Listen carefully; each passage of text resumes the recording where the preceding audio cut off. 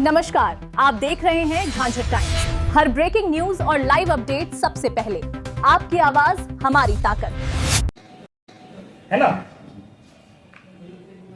उसके बाद होली में रंग में भंग डालने का काम करता है शराब, अवैध देसी शराब। हम लोग इतना गांव गांव में जाके प्रचार करते हैं, जंगल महाल जाते हैं, अरही टोला जाते हैं, उधर जोलीपुर जाते हैं, इधर सीवन जाते हैं।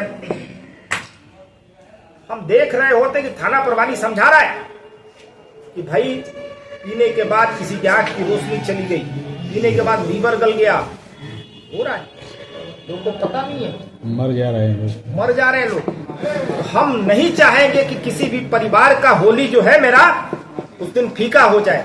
ये भी जवाबदेही आपके कंधे पे है, और आपके कंधे पे इसलिए है कि अभी से हम लोग को इतना, आप लोग डिफरेंट गांव से आते हैं, हम लोग भी गांव में जाते हैं, आपके एक फोन पे हम दौड़ते हैं, हम चौकीदार भेजते हैं। मेरा मुख्य उद्देश्य, आप लोग का मुख्य उद्देश्य, आप लोग भी रिप्रेजेंटेटिव हैं, आप लोग भी समाज के अग्रणी लोग हैं, तो आप लोग का भी दायित्व तो बनता है कि हमारे क्षेत्र की होली पे किसी की नजर ना लगे। उसके लिए थाना को एक चीज की सूचना दे, एक मैंने वैसी अवैध गतिविधियों की सूचना दे जो शराब बनाने बेचने कार्य में लगे हुए। आप लोगों के बीच कुछ अपना सुझाव रखिए।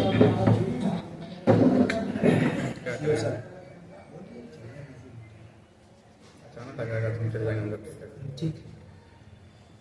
आज होली की शांति समिति की बैठक में उपस्थित बीडीओ साहब, बड़ा बाबू, थाना के अन्य स्टाफगण, माननीय जनप्रतिनिधिगण, मुखिया जी, सरपंच साहब, मीडिया कर्मीगण एवं अन्य समाजसेवी लोग जो भी यहाँ उपस्थित हैं, सबका इस होली की शांति समिति के बैठक में स्वागत है। होली जानते हैं कि बहुत बड़ा सौहार्द का पर्व है। यह हमें जुड़ना सिखाता है। हमारे पीछे और हम लोग पास में जो भी गलतियाँ करते हैं समाज में, होली के दिन जाके मिलते हैं और उसको हम लोग भूलने का प्रयास करते हैं, गले मिलते हैं और मिठाइयाँ खाते हैं और अबीर और गुलाल लगाते हैं, अलग भी छिड़कते हैं। होली का शांति समिति का बैठक का मुख्य उद्देश्य ये है कि होली पे कोई भी ऐसा शांति व्यवस्था भंग न हो जिससे हमारा जो फेस्टिवल है उसमें किसी तरह में भंग पड़े। डीएम मैम और एसपी सर का भी साफ साफ डायरेक्शन है कि होली बहुत बड़ा फेस्टिवल है, उसको सही से होना चाहिए। आपके जो भी एरिया है वहाँ पर सभी लोग को, हमारे स्टाफ जैसे एडमिनिस्ट्रेटिव स्टाफ हमारे हो गए, वीडियो, सीओ, बड़ा बाबू सब हो गए, और इनकी जिम्मेदारी के साथ साथ आपकी भी जिम्मेदारी उतनी ही है क्योंकि आप वहाँ से जुड़े होते हैं। कोई भी घटना होती है वो आप ही लोग के आसपास होती है और आप ही हमारे आँख, नाक, कान सब होते हैं जो अविलंब बता सकते हैं। अभी तिलौथू का एक घटना सामने आया था, कुछ लोगों पे FIR हो गया। इस तरह से नहीं, अभी होली पर्व है जिसमें हम लोग को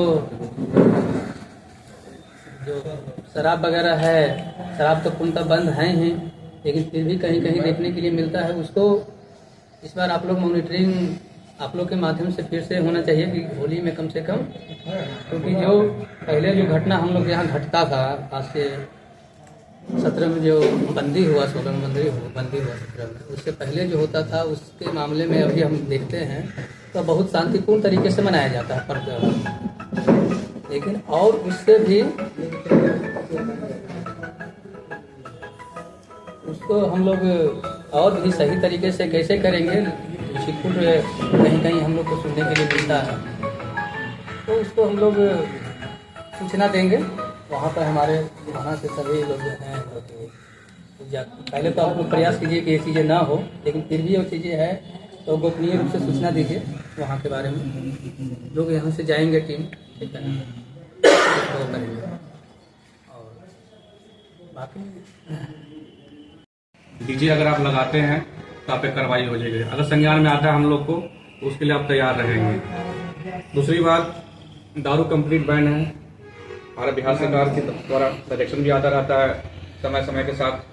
किसी भी कीमत पर अगर कोई पकड़ाता है तो उनको छोड़ा नहीं जाएगा, पूरी तरह से कार्रवाई की जाएगी, उनको जेल भेजा जाएगा। तो आप लोग अपने आसपास के लोगों को बता दें कि इससे दूर रहें। अगर उनको कहीं संज्ञान में आता है तो वो बताएं। और एक बार मेरा रिक्वेस्ट रहेगा यहाँ पर कि किसी पॉकेट में गांव में अगर ये मामला कहीं दिखता है कि वहाँ पे कुछ ऐसी घटनाएं घट रही है, जैसे पिछली बार हम लोग घूमते थे तो लोग बताते थे, तो उस जगह हम लोग थाना को या गश्ती भेजेंगे, जो भी है वो जाएंगे और वहाँ रेड करेंगे। अगर वैसा कुछ है तो बताएंगे आप लोग। तीसरी बात कि अगर जहाँ जहाँ होलिका दहन होना है उसका एक समय फिक्स रहता है। तो कभी कभी होता है कि होलिका दहन का जो सामान है, जो भी जमा किया गया है, दो गांव का दो गुट बन गया, विवाद की नहीं वो नहीं जलाएगा, हम जलाएंगे, वहाँ नहीं यहाँ जलाएंगे।